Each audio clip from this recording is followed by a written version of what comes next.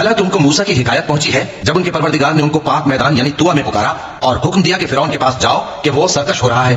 پھر اس سے کہو کہ کیا تو چاہتا ہے کہ پاک ہو جائے اور میں تجھے تیرے پروردگار کا رستہ بتاؤں تاکہ تجھ کو خوف پیدا ہو.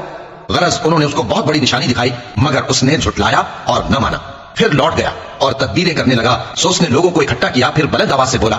سو کہنے لگا کہ تمہارا سب سے بڑا مالک میں ہوں. تو اللہ نے اس کو دنیا اور آخرت دونوں کے عذاب میں پکڑ لیا. جو شخص اللہ سے ڈر رکھتا ہے اس کے لیے اس قصے میں عبرت ہے. بھلا تمہارا بنانا مشکل ہے یا آسمان کا؟ اللہ نے اس کو بنایا, اس کی چھت کو اونچا کیا, پھر اسے برابر کر دیا, اور اسی نے رات تاریک بنائی اور دن کو دھوپ نکالی, اور اس کے بعد زمین کو پھیلا دیا.